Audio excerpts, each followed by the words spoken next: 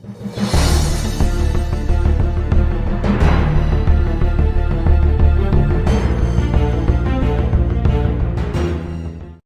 afternoon, keepers of the cash. Gary B, the casual comic guy here, and today, guys, we have another retro cover rewind for you, and it's going to be about none other than Greer Grant Nelson, the cat herself who became Tigra, and we're just going to get into some of the classic covers. I brought about 18 that I wanted to show off, and we're going to get right to them. Now, the purpose of retro cover rewind is to revisit these incredible covers and these artists that just gave us these fantastic images that just drew us into these books. You saw these images and you had to read what was inside. In this series especially, just highlights those covers. And here we go. Issue number 1, Beware, The Claws of the Cat, issue number 1. Now look at that cover. How gorgeous is that? Okay, this came out in November of 1972. That was the cover date. All right, the cover art is by Maurice Severin with inks by Wally Wood and Mori Kuromoto. All right, and this character, of course, created by Roy Thomas and Wally Wood. Get a little closer, let you get a really good look. Love the reds, love her yellow costume. Everything about this is just fantastic, and what a great read it is too. Just one that is great to revisit and reread. Absolutely love this book. All right, next up. Beware, The Claws of the Cat, issue number 2. All right, now the cover date on this one is January of 1973. And you see her fighting the owl on the cover. We have cover art by John Romita and inks by Mori Kuromoto. And just another fantastic cover. Like, how are you going to see this on the shelf and not want to just rip this open and read the story, right? Classic villain with the owl, the cat in her second issue. So just great stuff. All right, next up, issue number 3 of Beware the Claws of the Cat. You'll follow my plans just once, cat, but once is all you get. Kill, cries the Kraken. All right, we have a cover date of April 1973. We have cover art by a whole group here that just pitched in. All right, so you got the main pencils here by Rich Buckler, and then you have John Romita, Frank Giacoia, and Gaspar Saladino. Just a list of greats. Now look at that. What a fantastic cover. The cat's in peril. Now what good comic back in the day didn't have our hero in danger to draw you to the inside story, right? So amazing stuff. Love it. Next up, the last issue of this series, Beware the Claws of the Cat. All my life humans have hurt me, hounded me. Today mankind will fall beneath the hoofs of the man-bull. And not if the cat can help it, gruesome. Stampede. So again, you got this great border cover with the art breaking the border, which I don't know why, I just love it. A fantastic cover. We got a March 1973 cover date.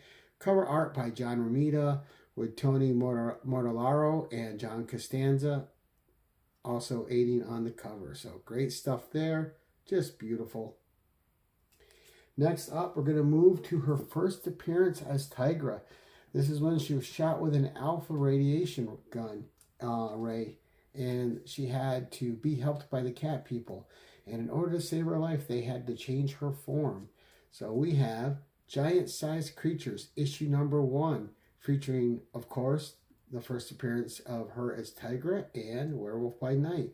We have a cover date here of July of 1974 with cover art by Ron Wilson, inks by Frank Giacoia and Danny Crespi.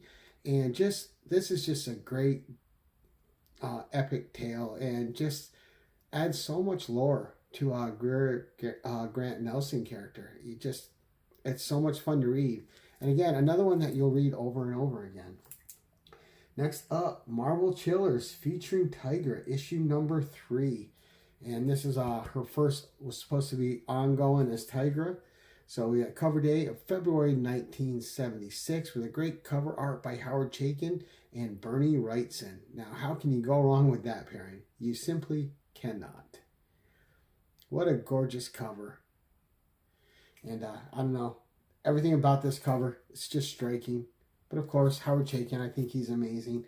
Of course, the name Bernie Wrightson speaks for itself. The man's a legend. Marvel Chillers number 4, featuring Tigra the Werewoman, featuring Craven the Hunter. Hunter versus Huntress in the arena of sudden death. Bum, bum, bum, bum. All right, we have a cover date of April 1976 with cover art by Hannigan, with help by Tom Palmer, John Romita, and Danny Crespi. And again, fun cover. And I don't know what it is. This character just makes you want to read her. Just fantastic. All right, next up, issue number 5. You got a Red Wolf appearance, big blazing battle issue. You have a guy shooting at her, says nothing you do can stop the Rat Pack from crushing you, fool. Don't dare peek at our shocking final page. Ooh, the hook's been put in.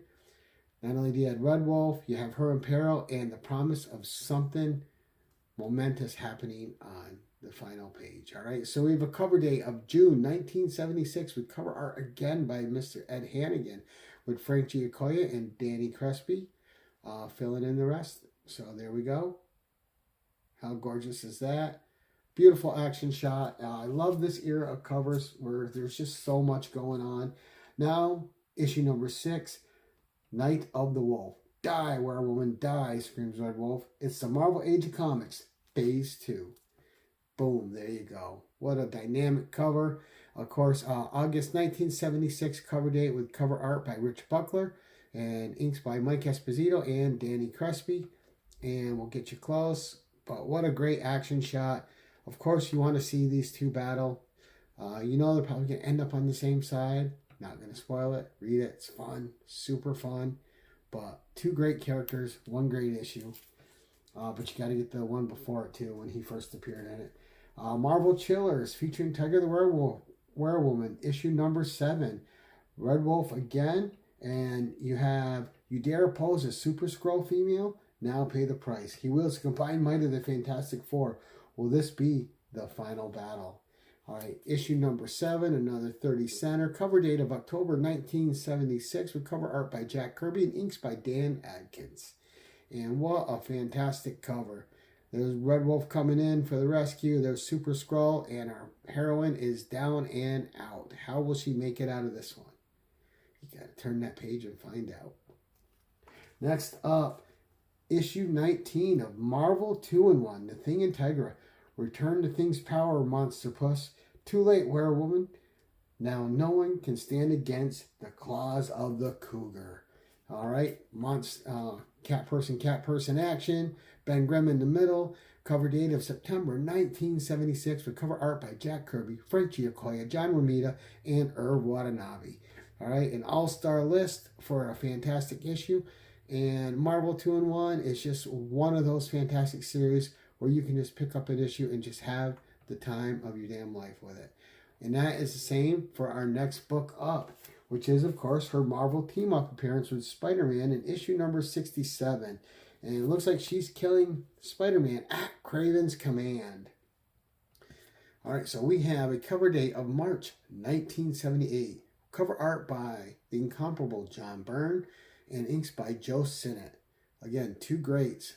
All the talent that were working on these books, man, you just could not wait to read them. But there you go. And this is a fun read.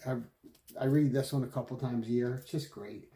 Then we go on to Marvel Premiere featuring Tigra. Issue number 42, 35 center. Nightmare in New Orleans. The Renegades' revolutionary doom turns the Mardi Gras into a festival of fear.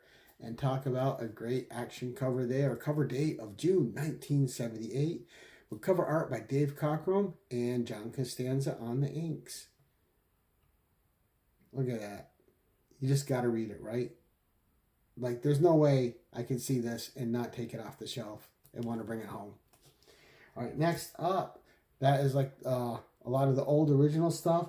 But this is a fun cover here. I just threw this. This one's an extra.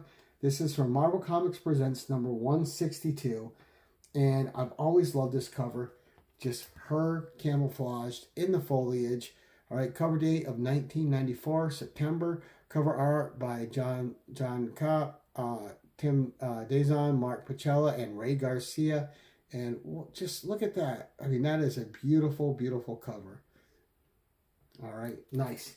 And now we're going to end the show with one of my favorite miniseries of all time. This had a dark noir edge to it. Covers and interiors by Mike Deodato, and it's just gorgeous. I mean, every single page of this is gorgeous, and every cover is the same.